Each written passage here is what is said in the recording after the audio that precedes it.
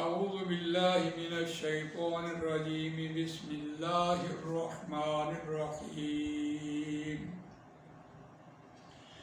وظللنا علیکم الغمام وأنزلنا علیکم المن والسلوى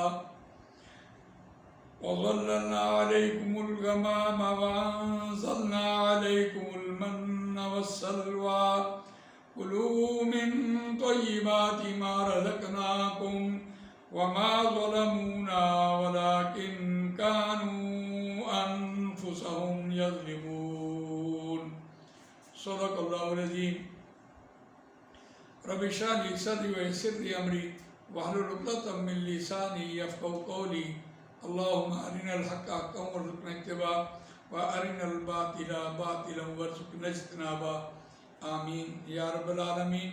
سورہ بقرہ ہے، آیت نمبر 57 آپ کے سامنے تلاوت کی ہے۔ وَظَلَّلْنَا عَلَيْكُمُ الْغَمَامَ، اور ہم نے سایہ کیا تم پر بادلوں کا۔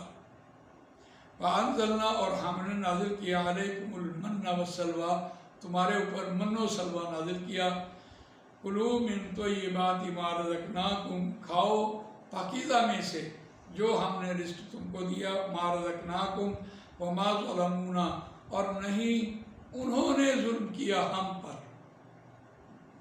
وَمَا ظَلَمُونَا، اور نہیں انہوں نے ظلم کیا ہم پر۔ وَلَٰكِن كَانُوا أَنفُسَهُمْ يَظْلِمُونَ، اور لیکن تھے وہ اپنی جانوں پر خود ہی ظلم کرتے۔ دیکھیے کانوا یظلمون، یہ ماضی استمراری بنا ہوا ہے۔ یہاں ایک بات سمجھنے کی ہے کہ ایک یہ ناشکری کی بھی انتہا ہو گئی ہے۔ بہرحال اس پر ابھی تھوڑی سی کچھ بات کرتے ہیں، لیکن یہ ہے ماضی استمراری، پچھلے دور میں کام شروع ہوا اور تا عدم قیامت یہ چلتا رہے گا، اس کو ماضی استمراری کہتے ہیں۔ تو اس آیت کے حوالے سے دیکھیے، جب موسیٰ علیہ السلام ان کے مطالبے پر اللہ تعالیٰ سے دوبارہ جان بخشی کروا کے واپس لے آئے، تو اب یہاں سے جو فرعون سے نجات کے بعد جو انعامات دیے گئے اور جو نعمتیں دی گئی تھیں صحرا میں، ان کا ذکر اب یہاں سے شروع ہوا ہے۔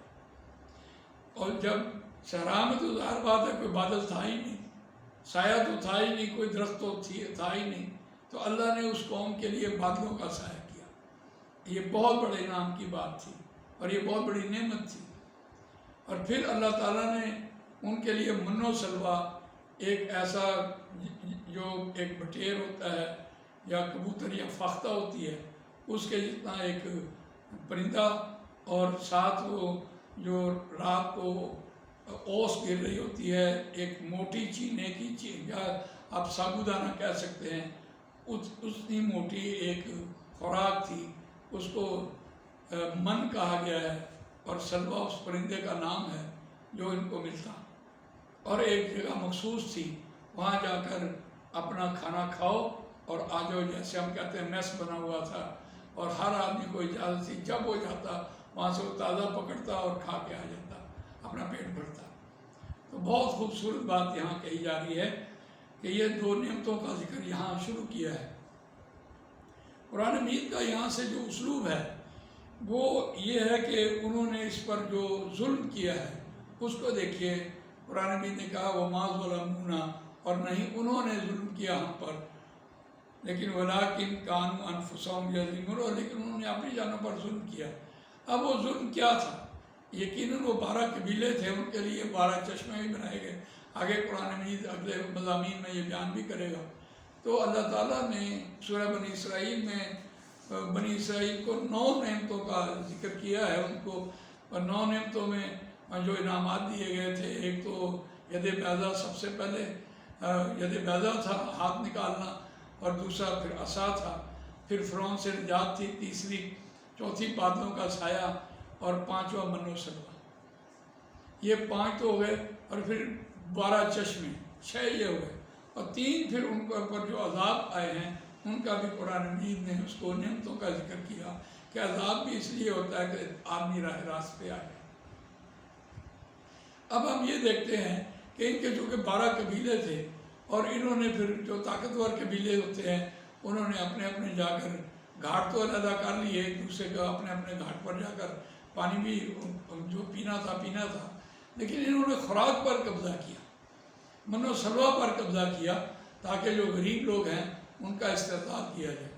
یہ اس دور کی ایک عادت چلی ہوئی ہے کہ یہ استحصالی لوگ ہیں۔ جب یہ مدینے میں آئے اس غرض سے آئے تھے کہ یہاں اوس اور خزرج دو قبیلے رہتے ہیں، اور ان کی تورات میں یہ بات لکھی تھی کہ آخری نبی ایک آنے والے ہیں اور کھجوروں کی بستی میں ہوں گے، اور یہ بنو قریظہ، بنو قینقاع اور بنو نذیر، یہ 3 قبیلے مدینے کے آس پاس آ گئے۔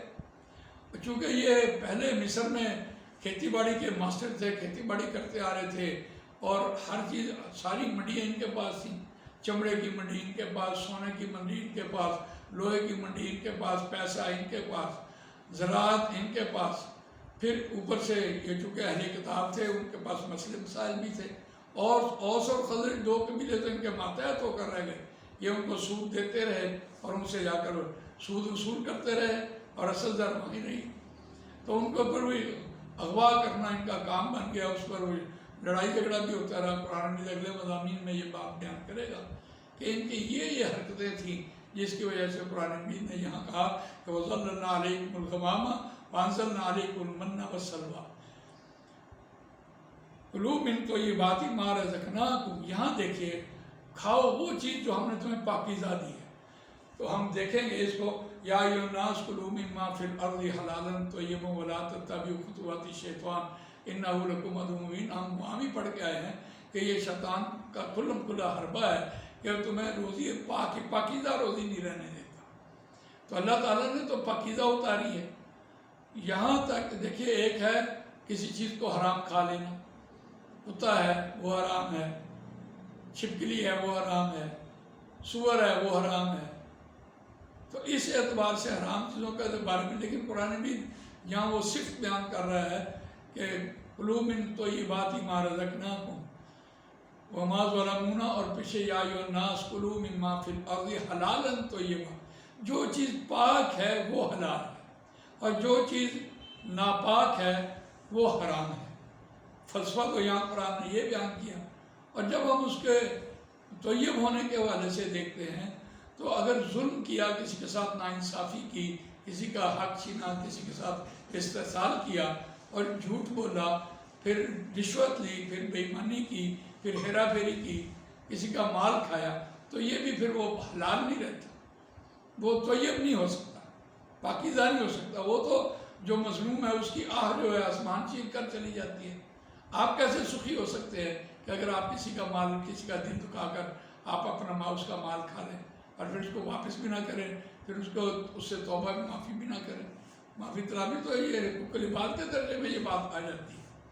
تو اس اعتبار سے وہ جو استحصال تھا ان کا وتیرہ بتایا قرآن مجید نے کہ یہ تو استحصالی لوگ تھے، یہ تو انہوں نے من و سلوہ پر جا کر قبضہ کیا، یعنی جیسے میس کے اوپر انہوں نے قبضہ کر لیا، تو بتا بھی لیتے ہوں گے، کسی کو کھانے بھی نہیں دیتے ہوں گے، جیسے آج ہمارے ہاں ہو رہا ہے کہ ہماری کبھی چینی مہنگی ہو جاتی ہے، کبھی آٹا مہنگا ہو جاتا ہے، کبھی گھی مہنگا ہو جاتا ہے، کبھی تیل کی طرف دیکھیے آفتیں آئی ہوئی ہیں۔ تو یہ اس طرح سے ہمارے اندر تو اللہ تعالیٰ نے پاکستان میں تو زراعت اتنی دی ہے کہ ہر آدمی اپنے گھر میں کھیتی اگائے، اور کھیتی اگا کر لوگوں کو بیچے بھی اور آسانی سے زندگی گزارے۔ انہوں نے بیج بھی اپنے قبضے میں کیا، انہوں نے کھاد بھی اپنے قبضے میں کر لی۔ اب ہم تو ایک قسم کے محتاج ہوتے جا رہے ہیں، پانی پر بھی انہوں نے کالا باغ ڈیم نہیں بننے دیا آج تک۔ تو یہ جو حکومتیں ہیں ہماری، یہ تو بڑی مضبوط حکومتیں ہیں۔ ایک اعتبار سے ایوب خان کی حکومت دیکھیں، آپ مشرف کے، ضیاء الحق کی حکومت دیکھیں، آپ مشرف کی حکومت دیکھیں، اگر یہ اپنی حکومتوں کے لیے سال ہر سال حکومت کرتے رہے، 12 سال حکومت کرتے رہے، تو کیا ان کو یہ اس بات کا کبھی خیال نہیں آیا تھا کہ یہ کالا باغ ڈیم بناتے اور ہمیں پانی آزادی سے ملتا؟ اب انڈیا نے ہمارے سارے دریاؤں کے اوپر ڈیم بنائے ہیں، تو یہ زیادتی نہیں ہے۔ تو اس اعتبار سے یہ ان کے پیچھے ایک وہ یہودی کی یلغار ہے، تاکہ مسلمانوں کو کسی نہ کسی طریقے سے وہ استحصال کیا جائے، ظلم کیا جائے، زیادتی کی جائے، اور انسان کی زندگی کو اجیرن کیا جائے، اور یہ ان کو مارنا نہیں ہے۔ مسلمانوں کو مارنا نہیں ہے، مارنا مقصود نہیں ہے. اگر یہ مارنا مقصود ہو تو میں سمجھتا ہوں کہ کوئی مشکل تو ہے ہی نہیں کسی کے لیے. آج فضا میں آپ زہر چھوڑ دیں تو آدمی سارے مر جائیں گے. لیکن یہ کرونا کی افواہیں اور یہ دوسری چیزیں افواہیں دے دے کر انہوں نے کہ بھئی ان کو ہراساں رکھو اور ان کو افواہ میں پھنسا کے رکھو.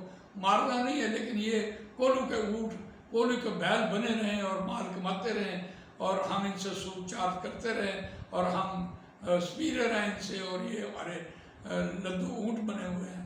تو اس اعتبار سے یہ ان کا وتیرہ قرآن مجید نے اس آیت میں بیان کیا. نعمتیں دینے کے بعد انہوں نے اس نعمت کے ساتھ کیا سلوک کیا. اللہ تعالیٰ مجھے آپ کو قرآن مجید پڑھنے، سمجھنے، اس پر عمل کرنے، اس کو دوسروں تک پہنچانے کی توفیق عنایت فرمائے.